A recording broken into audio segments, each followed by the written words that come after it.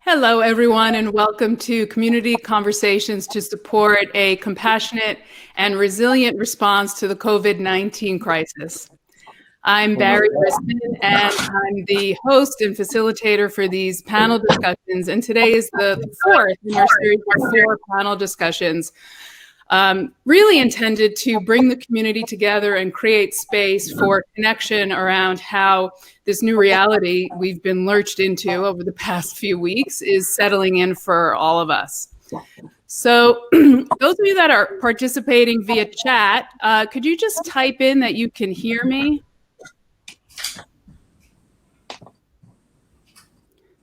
Just to make sure the audio is working before we get started.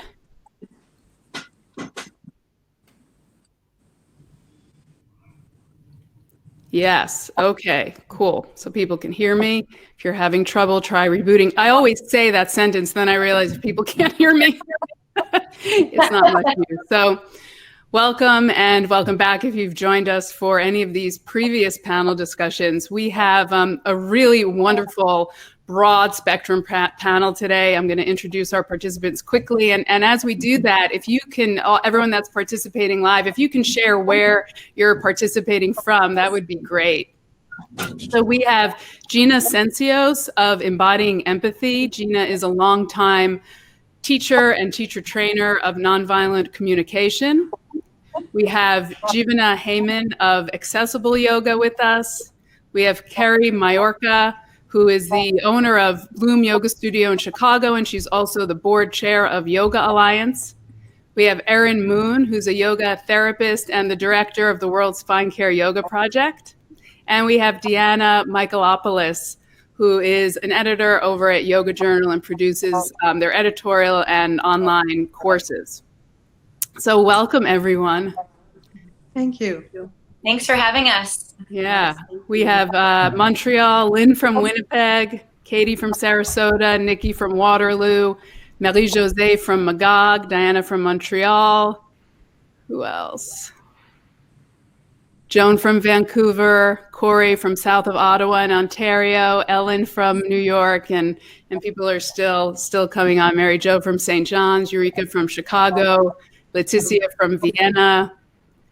So welcome, everyone. It's been so great to create these spaces for connection and community. And to usher us into our conversation today, I'm going to invite Gina to lead us in a short invocation. So Gina, I'll turn it over to you. Okay, thanks.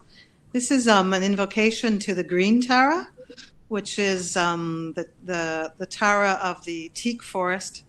And the words are, Noble Lady Tara, please help us and come to our aid in relation to fears and anxiety. So we'll do that little mantra. Om Tara Tu Tare Ture Dana Tadaya Swaha.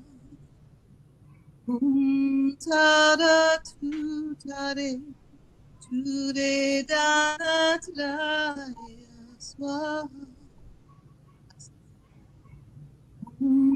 Tara tu tare, ture dana tadaya, la. Thank you. Thank you. Welcome again, everybody. So before we get into our conversation for today, I just want to share that again, the purpose of this gathering, well, really, it started with me really needing community and wanting to reach out to people I knew in the yoga world and beyond, just to create a connection and a space for sharing and support. And so over the weekend, last weekend, I just reached out to a bunch of people and everyone wrote back right away, saying, yes, I'm in. So I thought, oh, I'm not alone in the need for community right now. So It's great to be together, and I think one of the seeds that we can plant in a panel discussion like this is really just to hopefully inspire people to that, with the idea that you can also do the same thing in your own communities. If you're missing the people you do yoga with, if you're missing the students that you teach, if you're missing the classes you attend, it's easy to just gather people in these small groups and have conversations like this. I also want to say a couple of things before we get started. One is I think we all probably recognize the privilege that we all have in being able to give our time and attention to the space of community right now.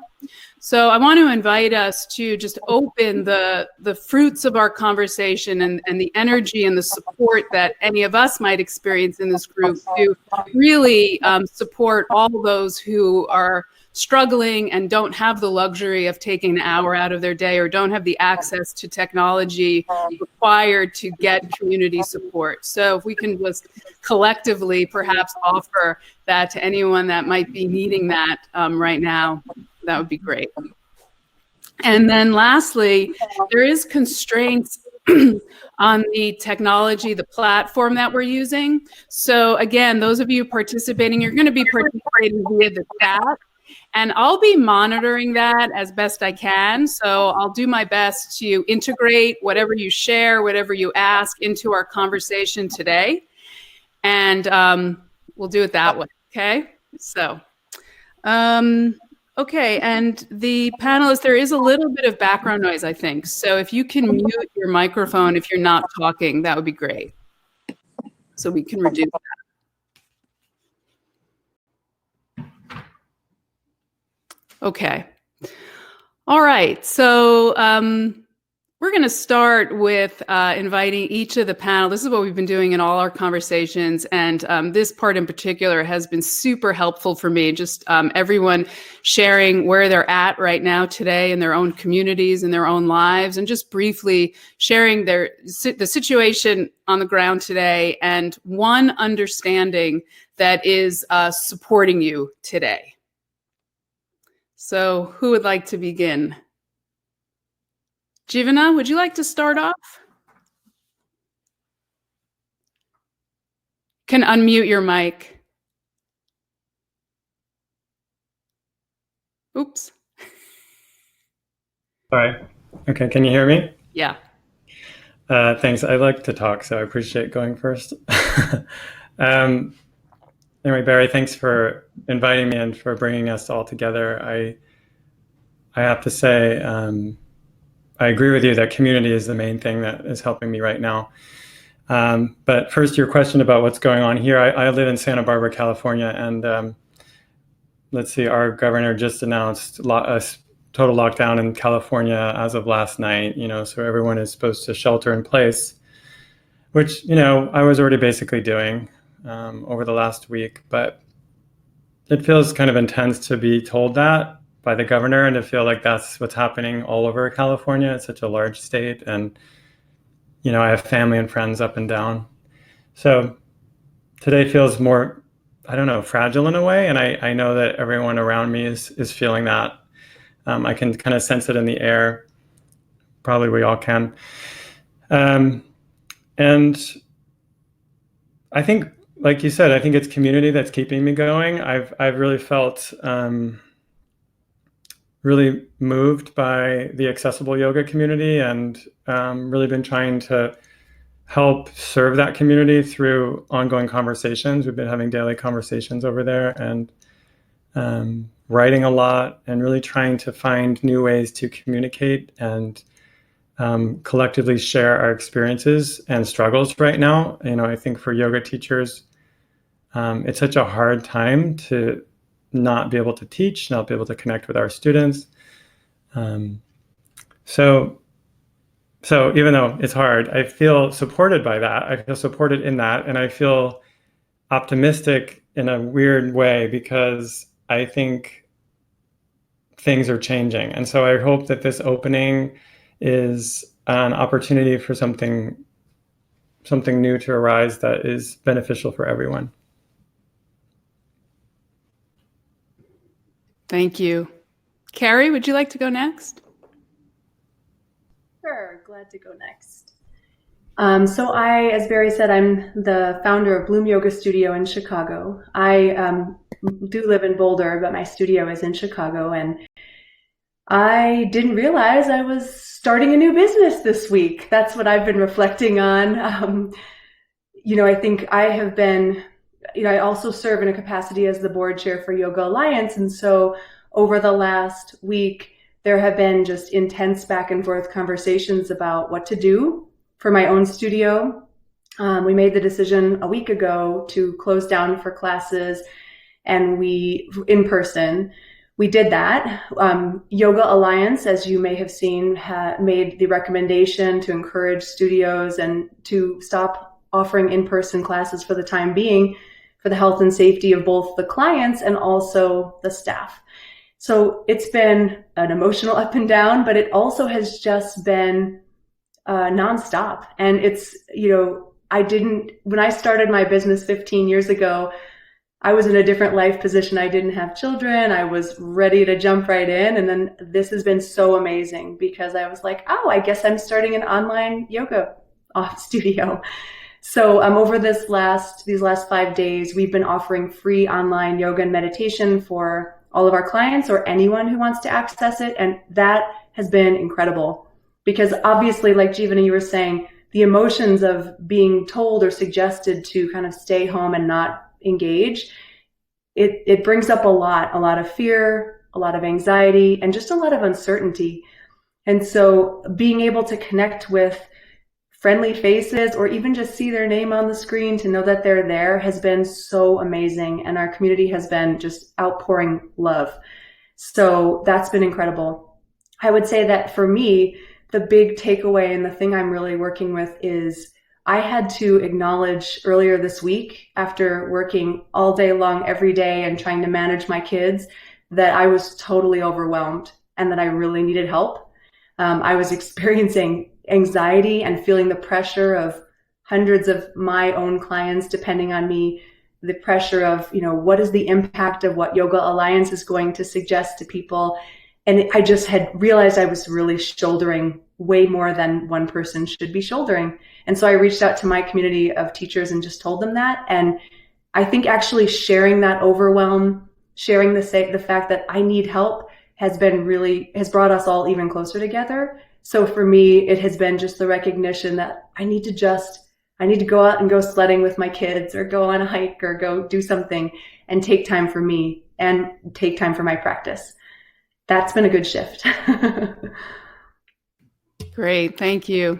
Deanna, do you want to go next? Thank you, Barrie, for holding this space for us. It's just completely necessary, especially at the end of this intense, insane, unprecedented week. I think everything has been, personally, things have been coming in waves. All of us, I'm sure, are busy, we're hustling, and so things seem good when you're kind of in the flow of it.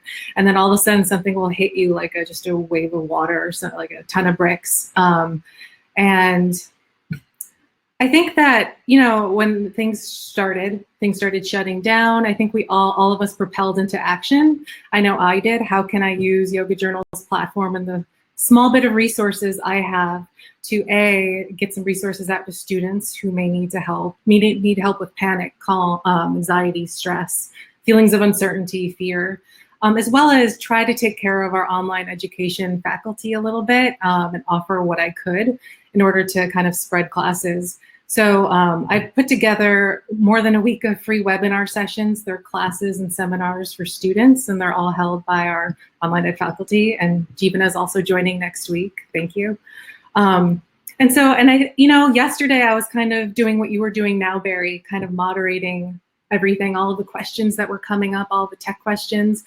And Jillian Pransky was teaching, and my mat was right over there. And I'm like, why don't I unroll my mat and actually do this? The questions were answered. I don't need to sit in my desk. And even just doing a little piece of that practice, like it just allowed a new idea to really like bubble up that like it's going to be okay. It's going to be different. It's going to be hard. It's going to be tough. The hardest thing our society has ever encountered, but we're going to be okay. And I think that like you said, Kerry, I think I need to create more space for myself, maybe this weekend, in order to like really connect with that inner knowing, and really just process. And then I can, once I'm a little bit more, once I've had that time, I think I can give more to the community and, create more resources. So I think that's the understanding, and that's where I am in this. Great. Thank you. Erin, do you want to go next? Hi, can you hear me okay? Great. So yeah, I've had some interesting things this week. One of the biggest ones has been a studio that has a 25-year relationship with the community in Vancouver has shut its doors permanently.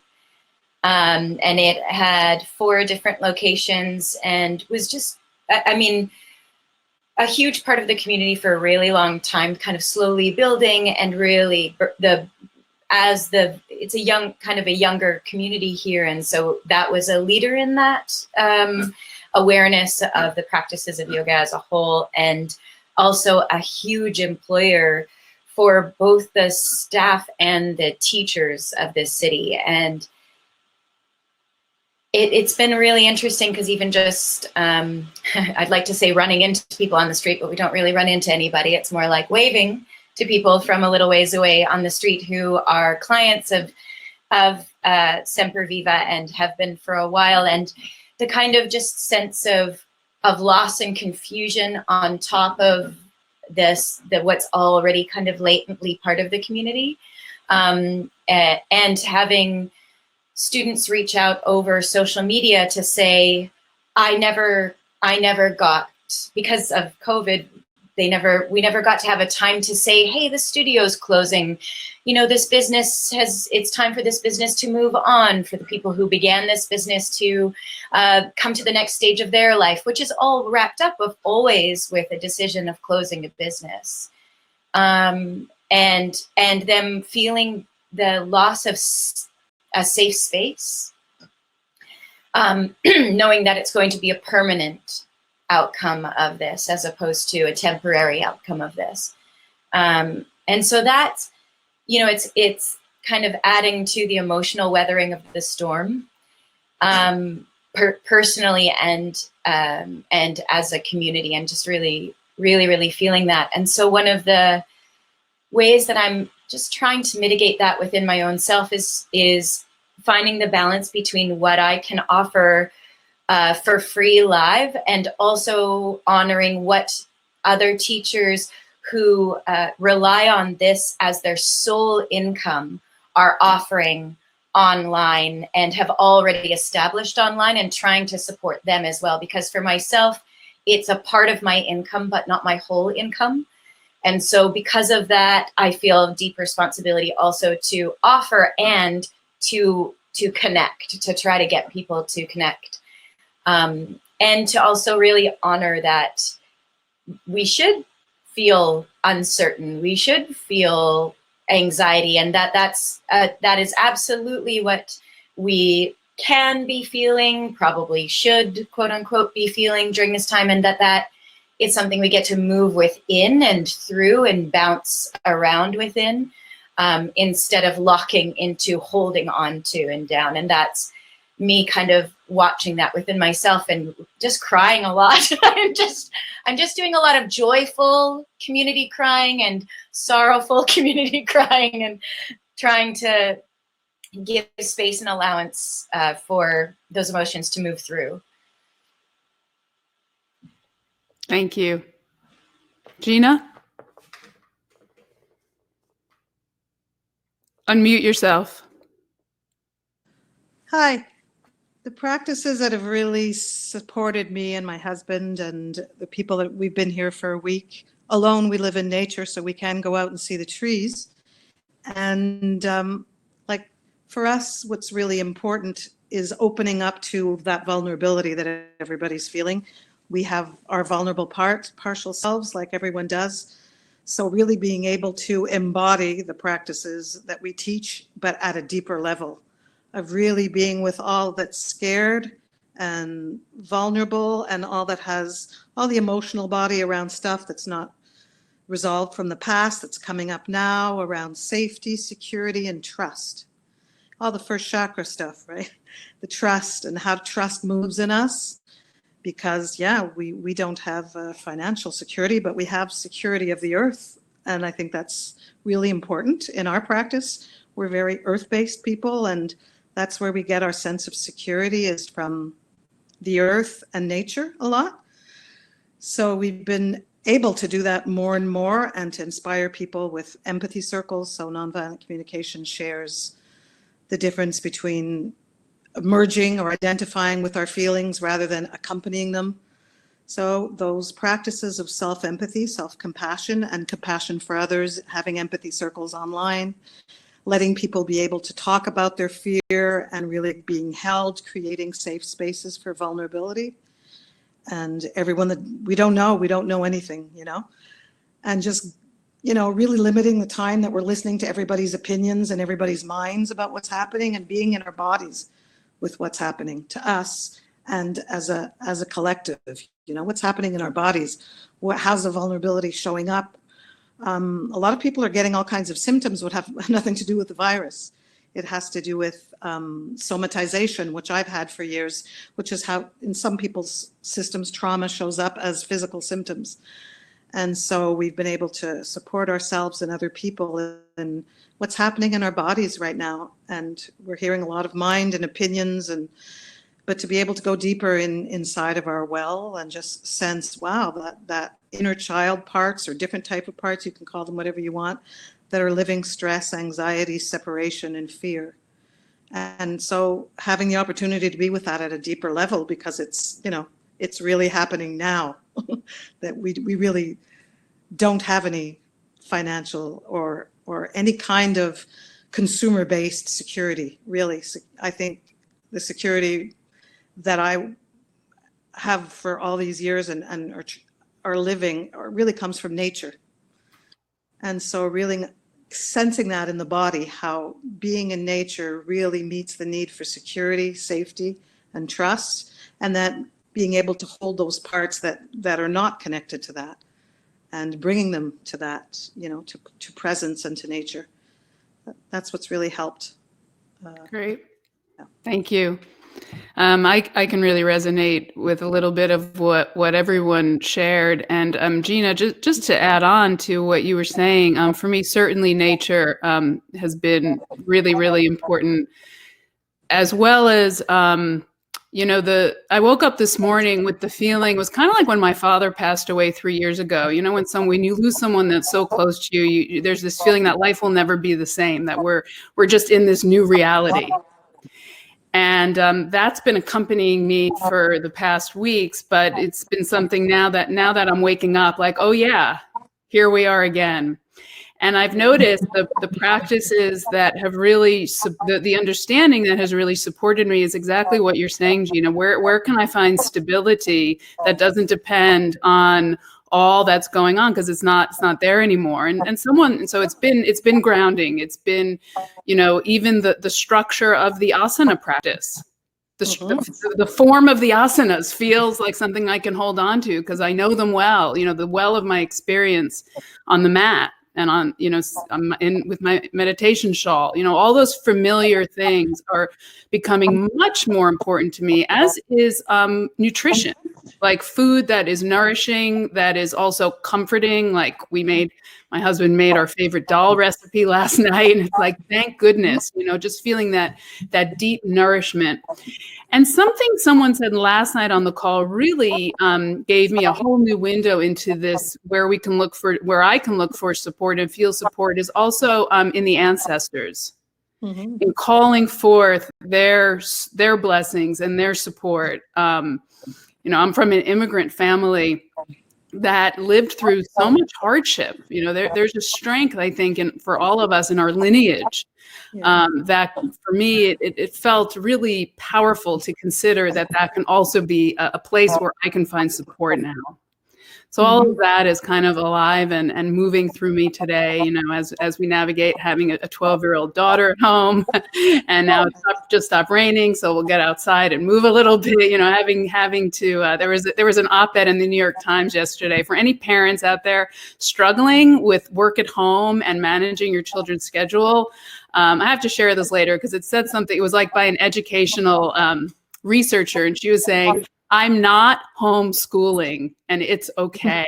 It's just my husband and I are going from Zoom meeting to Zoom meeting. So we are eating, my kids are watching TV, we're eating cookies, we're sitting on the couch, and it's okay. We're loving each other. We're in this together. And, you know, just all those schedules are great, and naming your homeschool is great if you're into it, but there's a whole spectrum of what's possible and workable for all of us. And so that just personally was really comforting. It is, it's not the time.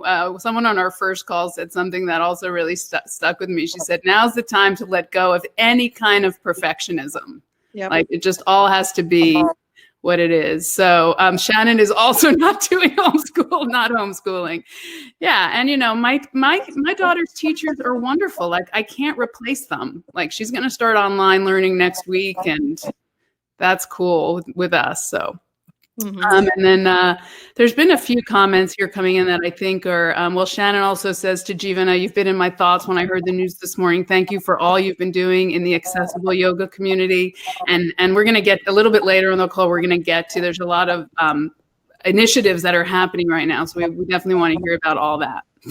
And then Corey saying, I think a certain amount of anxiety is healthy and needed because the anxiety unbalance that keeps us striving for balance. Yeah, I think that's true. And I think there's also a way that we just, I'd love to know any gems among the panel for accompanying your anxiety, for being in moments of anxiety, how you're dealing with that, or how you've been helping others. Well, self-empathy and self-connection, you know, connecting and bringing presence to what needs love, anxiety. Those are parts of us that have anxiety, right? Not all of us has anxiety. But also I've been helping people with medicinal plants because I'm also a herbalist, and some people need support right now. I mean, there's big trauma coming up. You talked about intergenerational stuff. We do a lot of healing with intergenerational trauma. And I think it's important to have plants. If I didn't have plants at some part of times in my life, it would have been hard. So things like skullcap that grow around here, wild plants that are so nourishing for the nervous system. So being able to regulate your nervous system with yoga, with breathing, conscious breathing, self-empathy, empathy circles, but also using plants, they're there for us, right? Yeah. Great, thank you. Anyone else, just unmute yourself and jump in. One thing that came up for me was a friend of mine actually wrote a book on uncertainty, Jonathan Fields, and one of the things he offers in it is the idea of certainty anchors, because the uncertainty is an element, but you can't have an un without the other, so you can't have an uncertainty without a certainty. And so not to negate or ignore the uncertainty as a state or as a valid feeling or anything, but and to also look around or look within to see what are the certainty anchors that are still available. And so for me, the biggest is so commonly for me, it's just the breath. Like if I am breathing, then I am consciously in this state. And so the opportunity just to continually just go, okay, and the one thing I know I have is, or the one thing I can come toward, just so that I can feel what it's like to be anchored again in something. It's like a touchstone, you know, it's kind of really delineating the touchstones, because a few of those touchstones might have shifted, so they don't feel as solid as they did before, which is fine. That's cool too, but to really just kind of keep checking in when I feel that upward rise, to go, and thank you body for that, for telling me that I'm feeling something, and what other things can I explore, and how can I be part of this physical state and this mental state that I'm in? And the breath has been a real certainty anchor for me. And just offering that to students, just keeping that offered. Yeah. Yeah. Last night I finally was able, I felt my breath release down after it not being. Jivana, did you want to say something? Yeah. I think for me, it has to do with being honest with myself and with my community about how hard it is. And I think sometimes it can be helpful for students to hear their teachers talk about their own struggles in an honest way. And, obviously this is something new for us, and it's unnerving in so many ways and anxiety producing for me and my family and my community. So I'm trying to find that balance, between supporting the people that kind of rely on me, but also being totally honest about my experience at the same time. And I think it's a hard balance to find, because on the one hand, there's so much power in the teachings of yoga, like we can rely on them and they're there for me. I know that, but I also know that I'm human and I have a lot of emotions, and they don't always need to be, solved or changed. Like they can just be there for what they are. So I guess that's what I feel, this kind of contradiction in myself, that I want to be a teacher, but I also want to be just a friend and honest about what a painful time this is for me and my community. And I also speak as a gay man, like I went through a very similar experience with the AIDS epidemic. Most of my friends died. My best friend died of AIDS in 1995. And it was very different than this, but it was also similar. And so it's really bringing that up for me. And I think for the rest of my community, it's also really bringing that up, this kind of revisiting those years they seem so far away, and yet those feelings are so present. This feels different now because it feels so much more communal, and that's why I keep focusing on that, and why that's so much at the front of my mind, the way that there's this community and shared experience, this conversation, the ones that I'm seeing everywhere across social media and in media in general, that we're kind of all sharing this experience. When AIDS was going on, it felt very isolating, and the government wasn't talking about it. There was no support. You know what I mean? So this feels different in a positive way, and that makes me hopeful too. So I don't know if that's helpful at all. I just want to share. I know other people might want to share. Last night, just to tag on to what you said, Jiv, and I can really relate to that. And I've been thinking a lot about how much one of my hopes for this time is that it allows all of us to feel greater empathy and connection to all the marginalized groups of our society that have been living with isolation in different ways and different forms for so long. Last night on the panel, we had Jody Williams, who teaches at a men's prison in St. John's. And he was saying how, he's the Buddhist chaplain at this prison. And when he meets with men, they're dealing with isolation and boredom all the time in a very unsafe environment. So I thought, there's so many lessons, from these communities and how to opportunities, I think, for connection around that. So thanks for sharing. I'll just read. I'm going to read Lisa Patterson. She was a guest on our day one. She's also a yoga therapist from Ottawa. She said, "I find it helpful to remember that our heart rate is intended to be variable. So it's likely that many of us will experience an elevated heart rate these days, and we don't always have to insist on calm all at this time." Exactly. And I think for yoga teachers too, like it's okay for teachers to be struggling. It's okay, Yeah.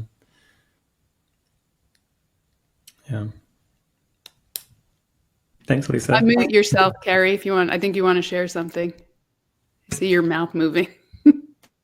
You're still muted. We can't hear you. A lot of background noise. Is everyone else muted? She's going to put on her earphones. Anyone else want to speak while she's getting ready? I think adding on to what you said, Barrie, The other evening I was making soup, and I was about to pour out the broth from the carton, and I was like, I think I need to ration this. And then I had this major moment of humbling because I've never had to ration broth before. And we are now in a position, as you just said, that so many other people that we don't think about in our day-to-day lives are in. And so that was a huge humbling for me. And also thinking about what you just said, Jivana, this is such a universal experience right now, no matter who you are. Money isn't going to buy your way out of this anxiety or this crisis. So it is a great equalizer in some ways. And although not everyone is necessarily responding with anxiety, I think as somebody with a lot of anxiety, there is a small comfort in knowing that everyone else is anxious too. Like, Beyonce is probably anxious, Obama's probably anxious. We're all like experiencing this together. And I just, I try to sit and breathe in bed and just see what the anxiety feels like. And that's how I've been sticking with it. Sometimes, the frenetic energy will peter out and it'll diffuse into something out here, and sometimes it doesn't. But just having even small moments in between emailing has been helpful.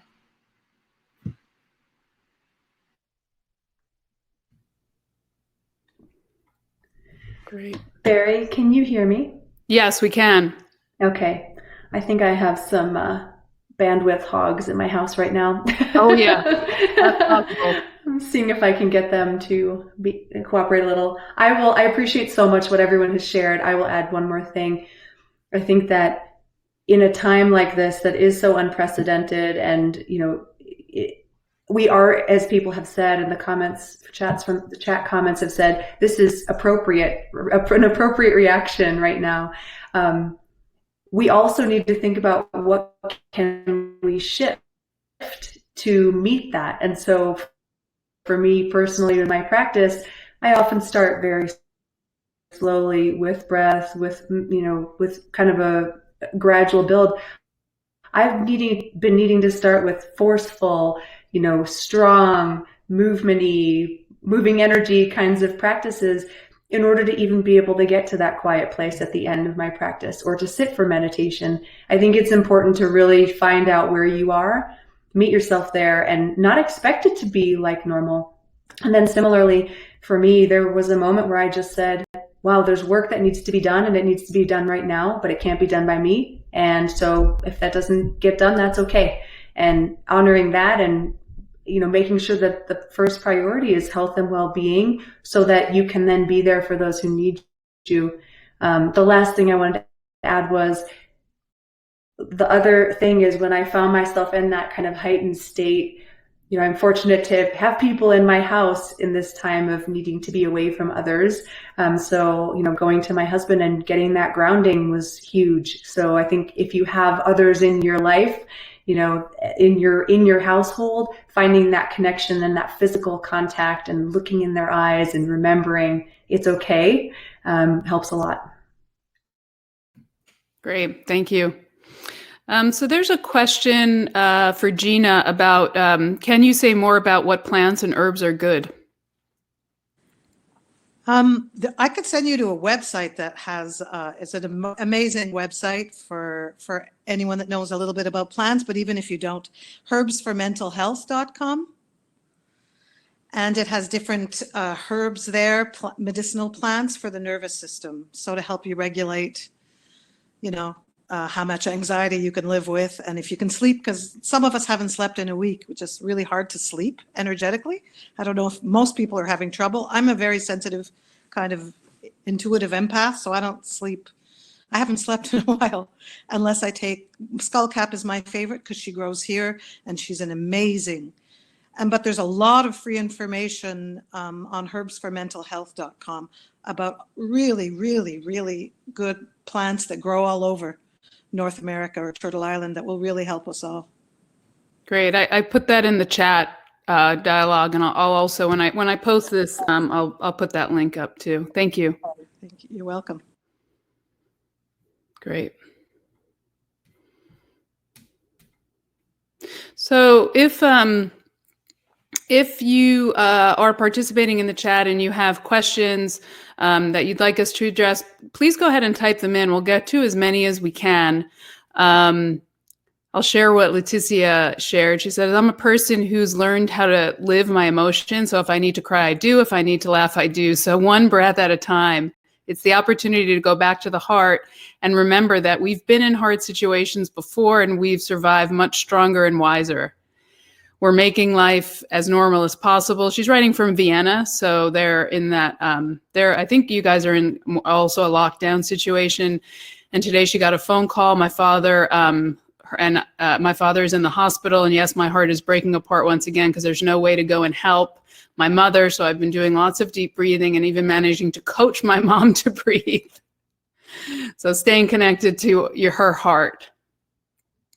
Yeah, I was thinking that it's really it's for all the people who are sick, just, the sickness that comes in everyday life and all the babies that are being born and everything. It's what an incredible load.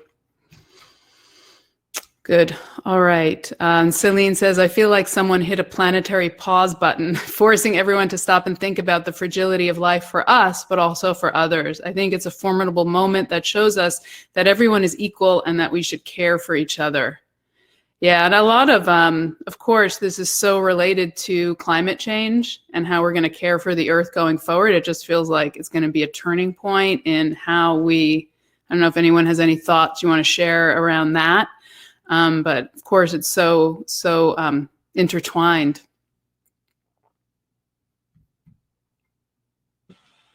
I've been thinking about that a lot, just as this is that I don't know if we have felt, as we've gotten so big on this earth that and seemingly so disparate, that there's been a sense that we can collectively make choices.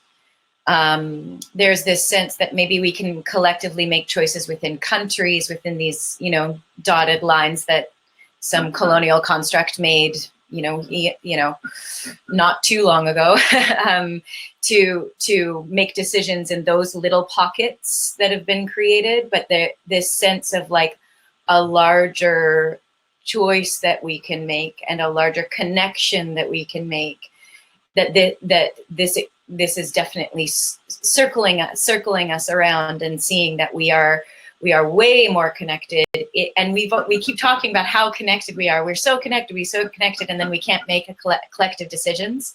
But we are vastly making collective decision right now. So now we know we can. Yeah, that's all. Okay. Anybody want to add anything to that? Okay. So I'd love to hear what's happening. What are the initiatives you've been hearing about in the yoga world and the broad yoga community? About you mentioned the webinars that Yoga Journal is doing. Are there other? And yesterday I saw. I think this is for U.S. only, U.S. Residents, a relief fund for wellness workers. That there'll be some kind of there's a fund being started to support, which is fantastic. Any other ideas or initiatives that you've been hearing about? Can you hear me? Yeah, my internet is my video off then? Your video's off, yeah. Yeah, I don't know. My internet must be slow. I guess my family's using. Yeah, we can hear you perfectly though. Okay, well, I just want to mention the name. That was Nicole Cardoza, who had founded the Reclamation Ventures, and they're offering emergency funding in the U.S. for underestimated yoga teachers and wellness practitioners in the U.S.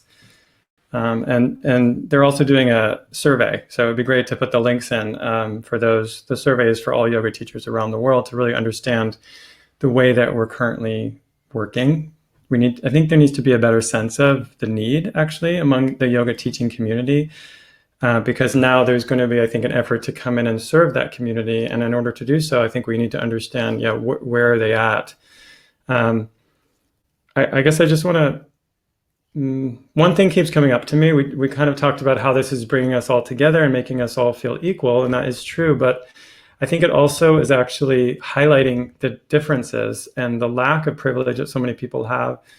And I'm really concerned about what happens after, because I think that there's like this momentary like feeling of, oh, we're all in this together. And then, once things kind of get semi back to normal, I think we're just going to forget about those who really have struggled through this time, people who really are already living on the edge. And then this challenge puts them over the edge to where they become, I don't know what, homeless or don't have access to food or healthcare. I mean, in the US, it's really horrible that we don't have healthcare, for example.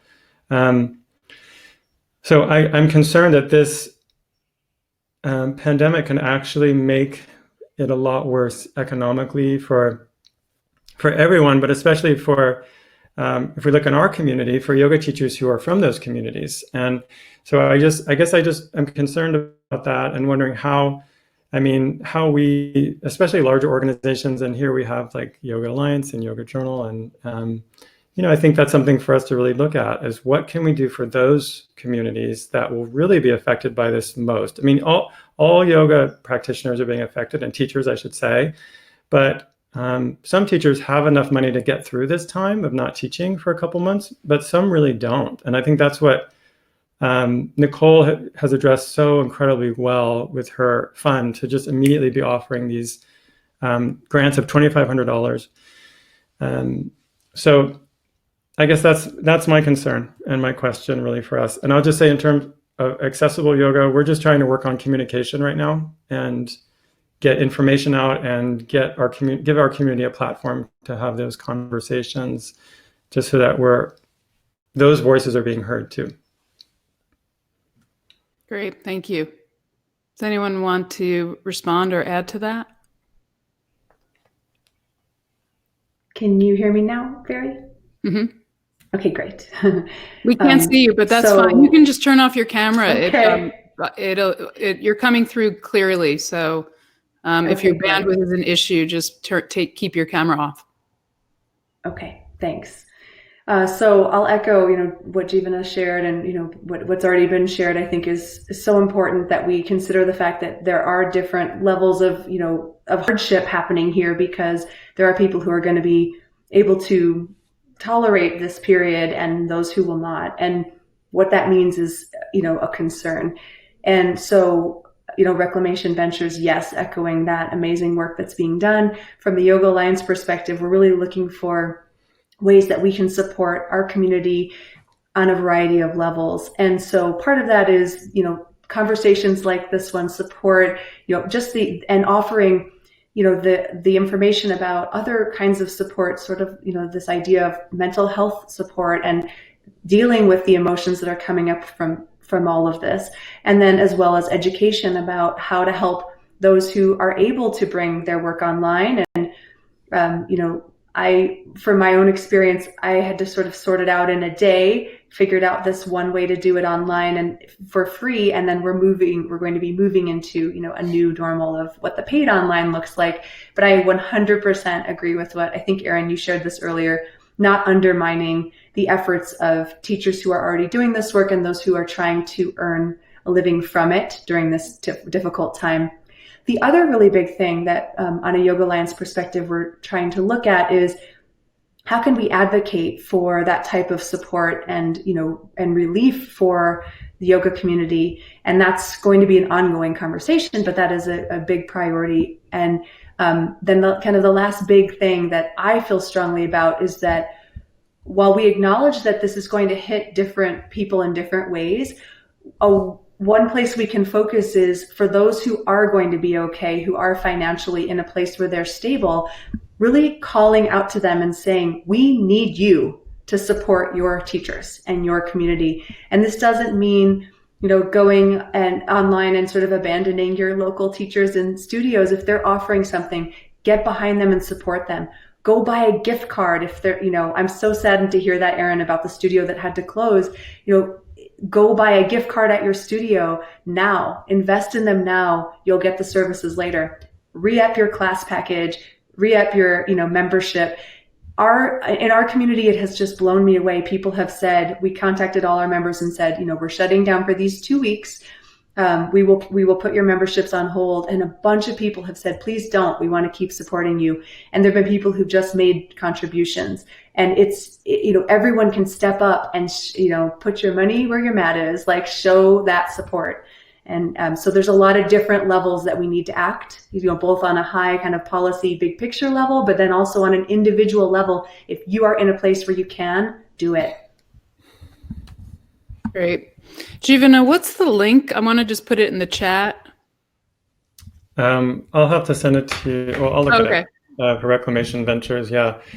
I mean, I think what's amazing though, is just to look at what Nicole did as an individual. It's just, she has no staff. It's just her and volunteers, and she's raising a ton of money, giving it directly to people. And I know that small organizations like that, can move quickly, but I just feel like, I think this isn't business as usual. I feel like we really need to look beyond the way things have been going and really look at shifting the way that, especially if you look at yoga and how there's so many teachers who really live paycheck to paycheck in service of their communities. And then there's kind of these large organizations that do have money. And I just think that needs to shift. Like there needs to be more support for those individual people. And I think it is maybe a political question. So I appreciate Yoga Alliance can help with that. Maybe look at how can we make sure yoga teachers are included in legislation that's happening around supporting independent contractors or supporting small business owners. Like those things are really essential. But I also think that it literally can mean redistributing wealth and like looking at how yoga has been used to sell a lot of products, and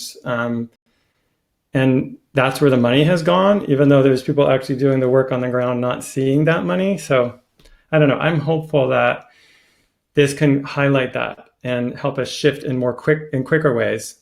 So and one other thought about it is like, I think it's important that teachers get paid for their work. So if you're going online, I just think it's okay to charge for online classes.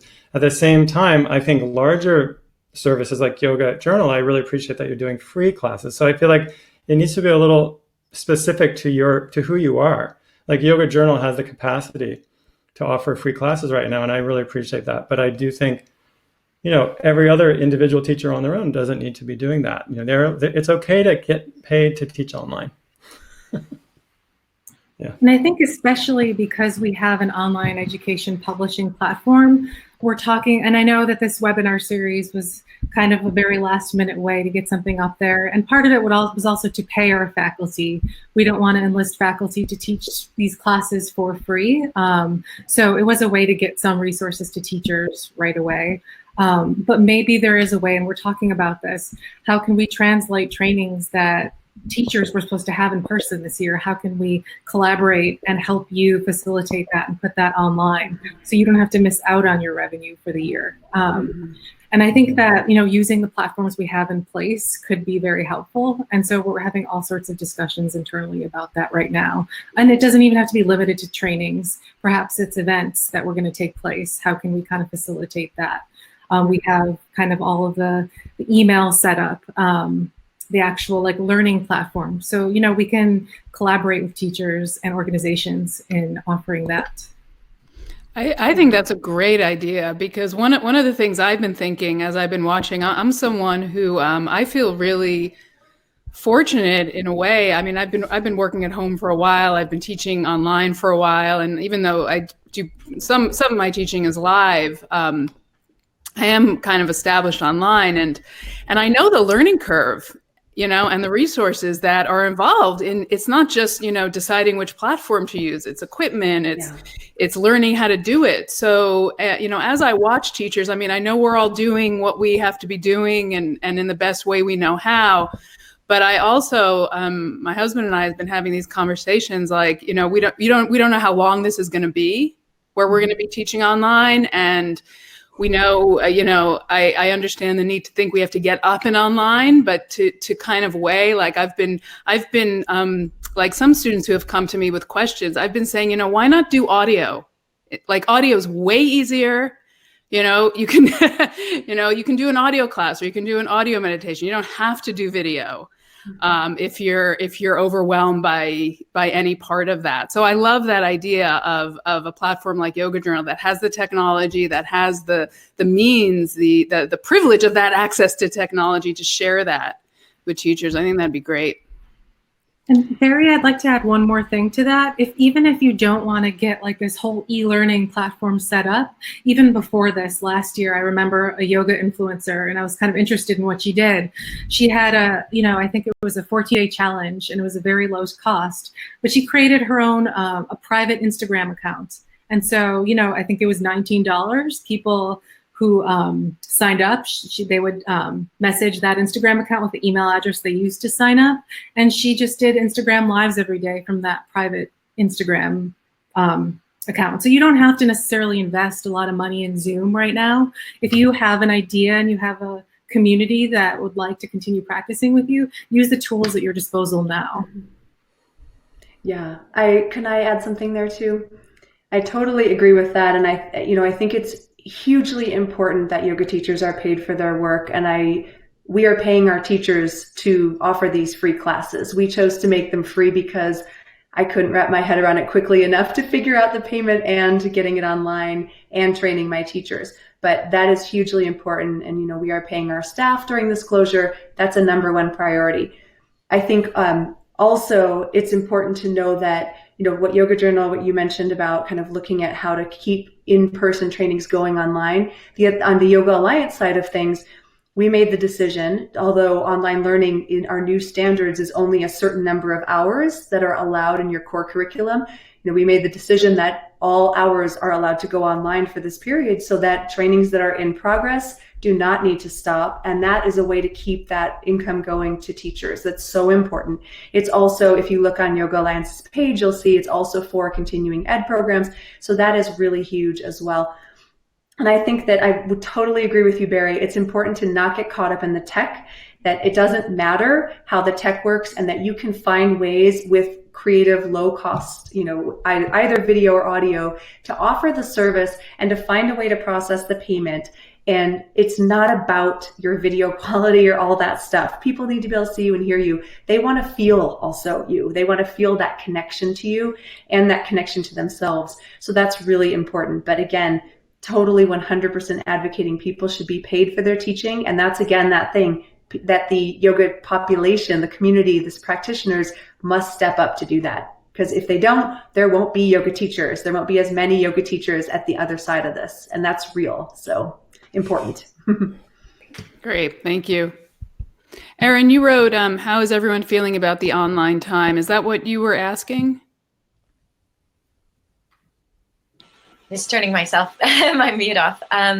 Yeah, I'm just really curious because I've watched this week as my partner and I, he's my tech guy. He was the one who got me on this call when all the other things went wrong, because it is part of what one of the main things he does for his work.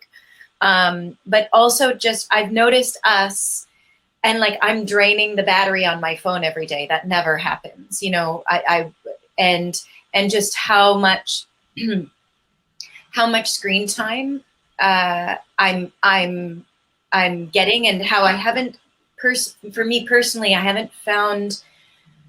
haven't yet found where that's going to be or how that's going to continue. At this point, I have felt a need to be inside of it. Because I felt like I need to understand a pulse of something before I can take a step away. But that's also just a personal need, and I also see that it's also an addiction. Like there is all of the intermittent reward and all the dopaminergic kind of reactions that we have to the device. But now a lot of what's coming back is not positive reinforcement. Some of it is, and that's part of why I'm crying a lot also, is because there's a lot of beauty out there that's being offered. But just finding for myself, I see for me in the future, also trying to mitigate a balance of coming back to less screen time, and what that is going to look like when my work is switching to so much more screen time, and my support of my community's screen time. So I'm just curious how everybody's feeling about it, because I'm obviously kind of like woo about it right now. Yeah. I had a thought about it, just that a lot of people with disabilities have already been living this way. This is a life that the disability community, I think, has been teaching us about for a long time, and we've been ignoring, that conversation. The disability community has asked for a lot of accommodations that all of a sudden are happening, like in a week. It's just kind of a miracle. Things that have been, flexible work schedules, paid time off, being able to work remotely. These are things that people with disabilities have really wanted for a long time. And a lot of people with disabilities have been living basically in quarantine for various reasons. And I think we can go to them and ask about how to do that. And what I've learned is that screen time is too broad a term, that there's different ways of using technology. Some are effective and some are not. Like this, to me, doesn't feel like screen time, and yet it is, right? Like this is actually a useful community building conversation that's educational and engaging. I also spend time scrolling on Facebook that feels totally useless and kind of mind numbing. So, you know what I mean? Like, I think I have to decide for myself, like, how do I want to engage with technology? But technology is essential for access, and we're all experiencing that now. Yeah, great. Any other last questions before we wrap up? Okay, so that went by really quickly. I feel like we could go on, and maybe these will continue in some form. And when we share the YouTube link, we'll share your links. But if we could just go around quickly and just say where we can find you and learn more about the projects you're talking about and online, that'd be great. So if we can just do one go around before we close.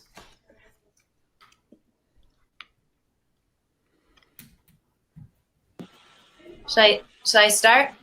Get us going. Yeah. Oh, wait, I'm sorry. Hang on 1 second. I just realized I missed a bunch of questions on the chat. I'm really sorry. I was like in the middle of the chat and I thought new ones weren't coming in, but can we go for like 10 more minutes? Do you guys have a few more minutes to answer to just address some of these questions? So Corey's asking, are there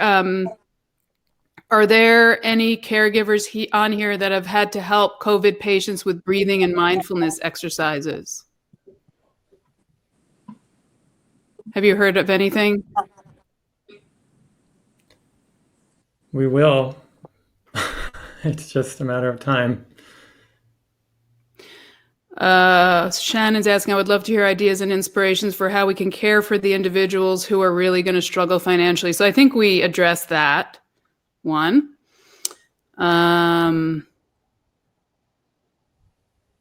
Clean water in Venice. No cruise ships. That's probably during the climate change. Yeah, I've heard there's dolphins in Venice now. Yeah. Just going through this. There's a few article links. Yeah, breathing practices. I think many teachers will need help with breathing practices in the coming weeks.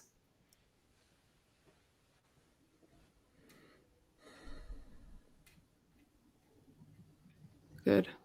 I mean, if I could just say a word about that around accessibility, that, I think people need to be careful about just applying the breathing practices that they're doing if they're not disabled and they assume that someone who's recently had an illness, especially a lung condition, can do those same practices. It can be really overwhelming and actually produce more problems for people because our breath is so essential to how we feel and so linked to the mind and to anxiety, actually, for people. So if someone has some form of lung problem or anxiety, you should be very hesitant in offering pranayama and really slow as you get into it with them. That's been my experience. Yeah, same here. I think all of us, thumbs up from all of us. May I add to that, just to throw out there for the teachers who might be on the link, one of the things when I've worked in hospital as a yoga therapist as well is asking what's already being offered by their allopathic medical practitioners, so that the kind of things that the physical therapist and otherwise are already just starting to introduce, so that you can kind of shift the pranayama exactly as you were saying to be at a place that person actually is. Just always teaming up as opposed to just going it 100% alone, especially for disabilities and people who are not are ill. Great. Okay. Good. And someone's asking, will there be a link for today's meeting? Yeah. So everyone here that is listening, or if you register, everyone that registered will get the link to the recording, and we'll also be uploading it. Okay. So let's now go around and do our finishing circle with your websites, your links, what you want to share. So do you want to start, Erin? Sure. So there's a couple of ways to get a hold of me. One is through my website, which is Moon, which is my last name, Yoga Therapeutics. And also World Spine Care Yoga Project, which if you actually just spell out World Spine Care Yoga Project on Facebook and on Instagram, has a lot of lower mobility, higher pain opportunities for people to practice like little 10-minute things. And Letizia, who we've mentioned a couple of times, is one of the team members, and she just said she's going to be putting up some more breathing techniques, and everything that we offer is very, very gentle and small. We don't do very many very active breath pranayama techniques because we're looking to down-regulate more than up-regulate. And also on my Facebook, the things I'm posting publicly on my Facebook are what I'm offering, and also just lists of teachers who have established online presence already who I know and love. And so those are public posts that I'm putting up when I'm offering things free, but also supporting other teachers. So Erin Moon on Facebook, World Spine Care Yoga Project, or Moon Yoga Therapeutics. Okay, thank you. Deanna? If you want to join the free webinar series and check out the videos, it's yogajournal.com/inthesetimes. And yogajournal.com, our digital director, Tasha, is putting together a lot of resources, including how teachers can help in this time. And there'll be a lot of coverage coming out in the coming weeks as well, including, I'm sure, several tech guides, because we all need it right now. Great. And our online courses are at aimhealthyu.com. And I'll list that out in the chat so everyone can just copy. Okay, yeah, if you can type those links into the chat, so I'll make sure I'll copy paste them so that when we upload it onto YouTube, we'll put them in. Kerry? You can find everything that's going on with Yoga Alliance at yogaalliance.org. And there will be more information coming soon about additional ways that we're looking to support our community. You can find my yoga studio, bloomyogastudio.com, and you can see our online work from there. I also have a personal website, Maiorca.com. Great. Thank you. But before you go, Jivana, I just want to mention, since Shannon is on the call, Shannon of the Connected Yoga Teacher, she has a lot of resources for helping yoga teachers get online. She's done several master classes that you can access over the past couple weeks. It's really her focus now to help any teacher that wants to go online, go online. So it's a Facebook group, the Connected Yoga Teacher. You can go there too. Jivana? Yeah, I love Shannon's group. It's really amazing. And Accessible Yoga has a similar group on Facebook, the Accessible Yoga Community. That's an open group that anyone can join. And we're having daily conversations there with different people, different leaders in the community talking about how this is impacting us. And actually today I'm having a conversation a little bit later with Kerry Kelly, talking about the politics of the situation. And she's just an amazing activist. I love talking to her. Also, you can find us at accessibleyoga.org. That's the nonprofit website. And I have jivanaheyman.com and accessibleyogatraining.com. But I'd say these days we've really shifted back to Facebook because it's such an accessible platform and everyone seems to be going there right now. So I would say finding us there. We actually have 25 different Facebook groups in 10 different languages.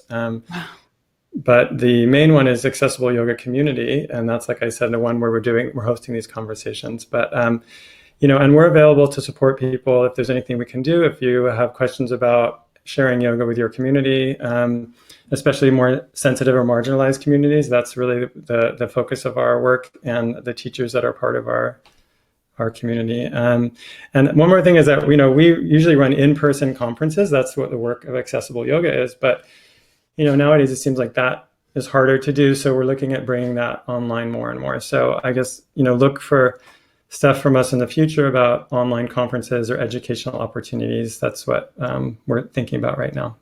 Great. Thanks again. Thank you. Barrie. Yeah. Thank you. Gina.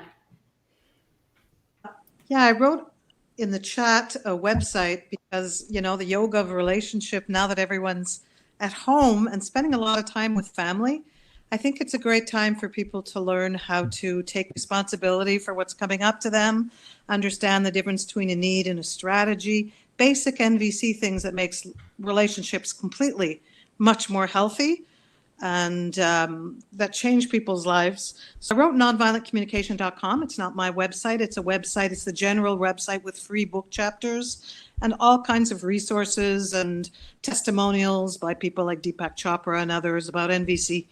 So it's a basic NVC website, and the yoga of relationship is really important also.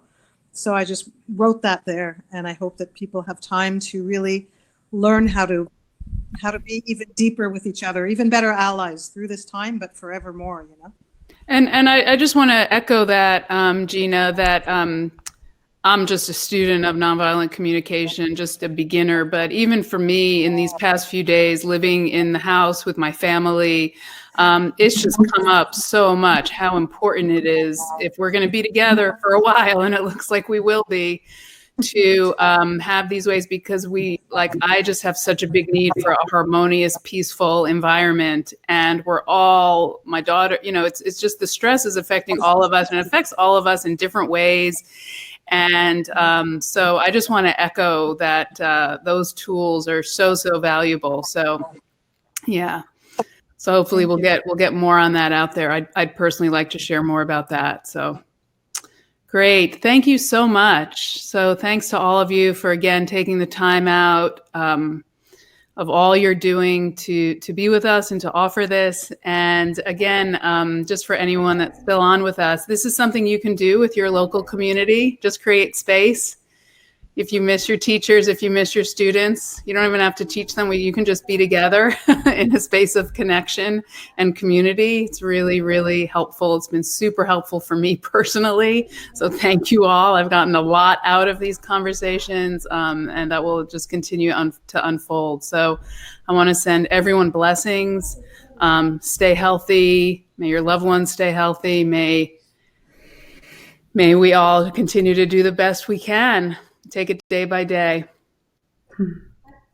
So yeah, let's center into that space of the heart to close.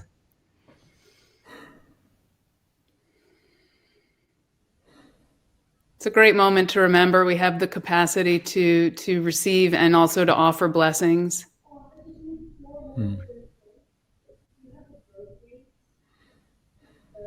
So blessings of light and love to everyone. Thank you all so much for being here. Thank you, Barrie. Thank you. Thanks, Barrie. Thanks, everyone. Thanks. Thank you, everyone.